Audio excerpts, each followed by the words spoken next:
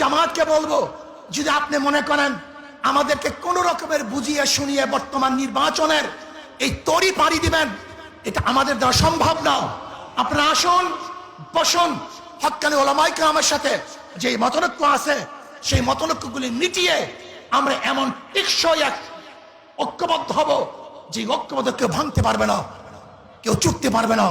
ইনশাআল্লাহ আগামী রাষ্ট্র হবে ইসলামের রাষ্ট্র।